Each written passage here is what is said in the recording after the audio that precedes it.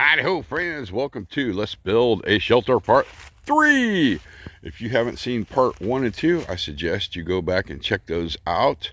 And actually, last week I did a Trekking Tuesday where I came out here and did a bunch of prep work and broke a couple items. So you're going to want to check that out too. All right. It is 62 degrees today. This is going to be the last warm day I have to work on a shelter, according to the weather forecast. After this, it's going all downhill.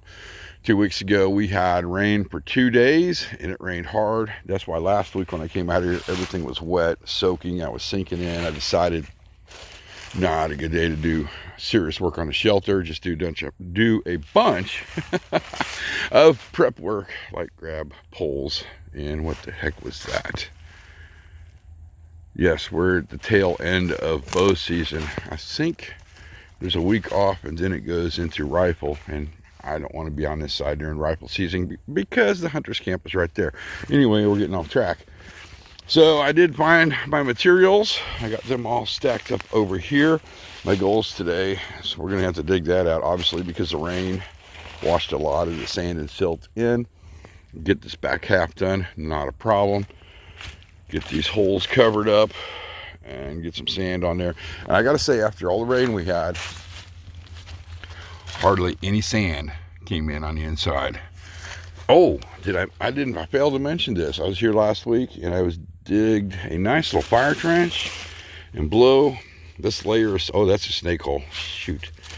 Okay. Oh, yeah, we're gonna have to poke around in there with a stick before I start getting spunky. There might be a snake living in it. Anyway, luckily it's cold on the ground. I did a fire trench out here last week, and I found clay underneath the sand. Not pure clay, it's mixed with silt, but it's gonna work. So all we have to do is peel back the first layer and we'll get into that clay. With all that rain, that's all that came off of it. Look at that. That is freaking impressive. Anyway, that's twice I said that. I'll show you what I did to my saw in case you haven't seen the Trekking Tuesday video. I was doing some nice cutting and I hit a knot. This blade is actually bent. I ordered a couple of them on Amazon because there's none in town. And none at all. And I did get, if any of you are wondering, I did get permission to order these items off of Amazon. Unfortunately, it's going to be from anywhere for 14 days to 30 days before I get it. So we got to work with this blade that's bent, but I think we're okay. In the process, I broke my centerpiece right here. I'll show it to you. I still have it. It just shattered the freaking end of it. Would you look at that? And it cracked this side. Yeah, it was a heck of a knot, man. I said a lot of choice words when that happened. But we, on the fly, made this new piece down here. It seems to fit pretty good. Oh, Carl, to answer your question, my centerpiece is a little shorter than the blade. So I hope that helps with your project. Yep, it's just a little bit shorter. And it does matter where you put the tensioner on the top to how you tension it down, because if you don't hit the center, it'll pull too hard from one side and to the other, which will make the saw very unstable. Okay, we're done with that. I did bring a bucket from home because the bucket I found over there is just ripped to shreds, unusable. Yeah, okay, enough talking. We need to get to some live action. I want to get this knocked out today. Yeah. I'm thinking, yeah, good old hyperlapse.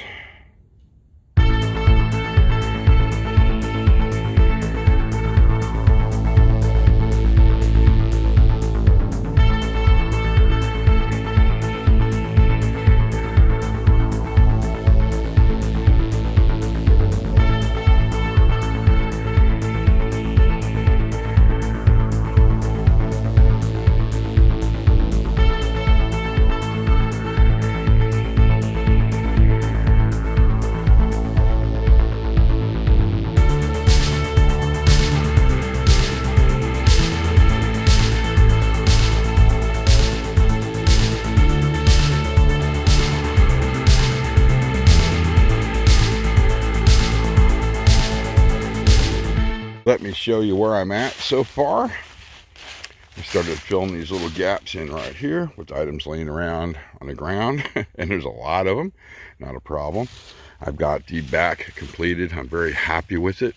Then I found a nice deposit of somewhat clay. It's got a lot of silt in it, and I backfilled all these poles in so they wouldn't move. Started stomping it down. I don't know if I'm gonna do it today or not, but I probably will. I'm doing pretty good on time. Let's go ahead and build this side up a little bit, which is not going to be a problem at all. But I really didn't bring any cordage with me, so that could be a problem, but we could start. I still want to get on the inside and start pulling out the sand from there and getting a spot for the body. And I want my feet down and then kind of a little angle, probably 10 to 15 degree sleeping angle, which would be perfect. Then we'll throw the thermal rest in there to make sure I fit. We still got to backfill these poles right here. And since I'm moving a lot quicker than I thought, possibly a fire pit right there for dinner later on. And let me show you that clay I found. It's over here. Probably should have brought my shovel, but oh well. I'll show you. Okay, this is a good thing. But anyway, let's see how solid that is. And you can pull it out, squish it up, see how it stays into a ball. There's another way to test it. It's the roll test, but I can't do that. But with the glove on, let's put it that way. But you can see it's not pure, but it's enough that it's going to pack in there. In fact, we'll grab a handful real quick, like this. And let's go over to the shelter. I'm telling you right now, friends, the temperature has come way up. I actually broke out into a sweat. I am not complaining one bit. Let's pick, okay, this is a good spot to demo. Take that. All right, see how it stays in there? And we'll check back on it here in a little bit after the sun hits it and starts drying it. But that's gonna fill our holes in. Yeah, okay, now, I need to get working on the inside, and I need to poke around to make sure there's not a snake living in it. That would not be a good thing.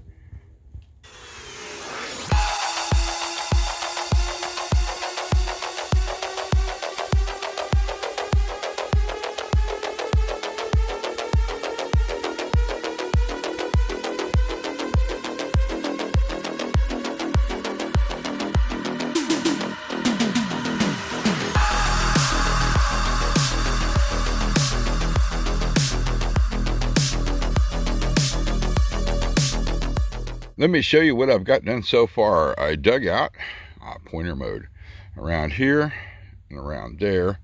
Now if you're going to lay your head right there at the top, it's perfect. But if you're going to put your feet up there, we need to dig down a little bit more. Let's go on the inside. Now if you're not claustrophobic, oh, this is not a big deal. Oh wow.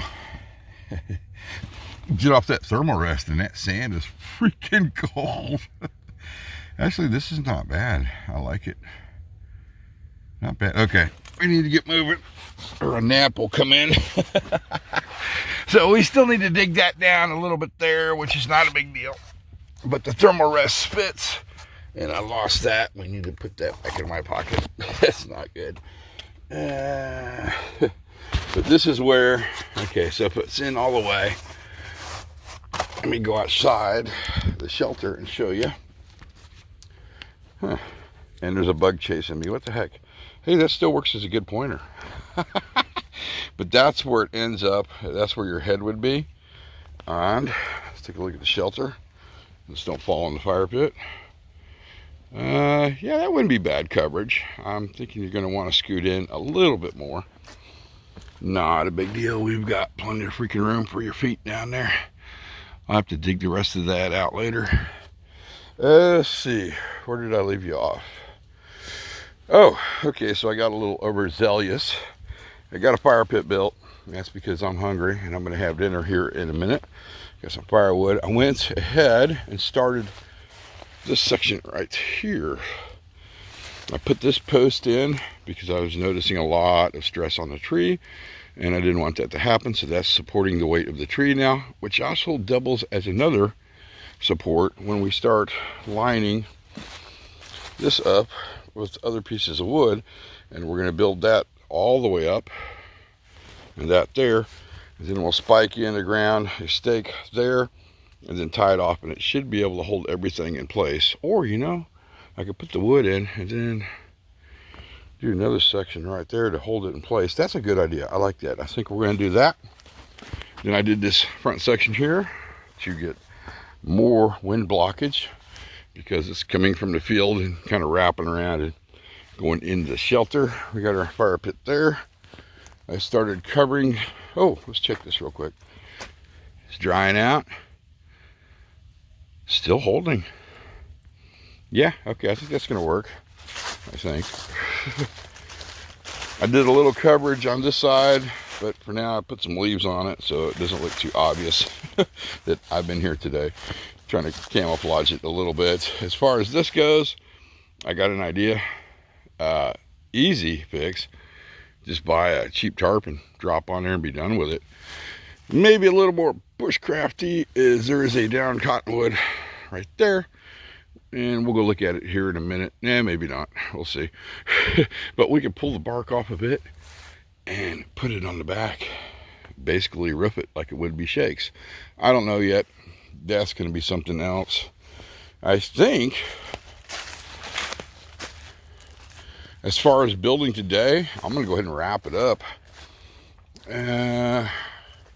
I do believe there's going to be one more video on this shelter, and it's going to be the recap video and going over what other mods I did, because some of you probably noticed that I shot a little camouflage on the mule tape because it stuck out like a sore thumb. I did that, and I shot some camouflage over there, and it hides it a lot better. All right, friends, I think I'm going to go ahead and wrap this video up. For the most part, the shelter is usable. I mean, you could cover the back with debris like leaves and such. It'll block the wind and the snow and some of the rain. This section back here, same thing, leaves, but I'm going to go ahead and cover it with sand. Yeah, I'm happy with the build. Very happy. And I need to cover that up because that looks obvious. All right, friends. That concludes part 3. For the most part, this shelter system is completely built. I do believe there'll be a recap video. Will be the next one with pretty much the finished project, because you know you can only watch me do so much and then you're going to get bored. I guarantee it. What is crawling on me? Comments are more than welcome. Yeah, I know I haven't been able to get to them. I apologize. There is so much going on right now. It's not even funny. It's getting real hard to get out on Tuesdays, trust me. And oh, it's clouding up now. Go figure. Anyway, like always, friends, thanks for watching.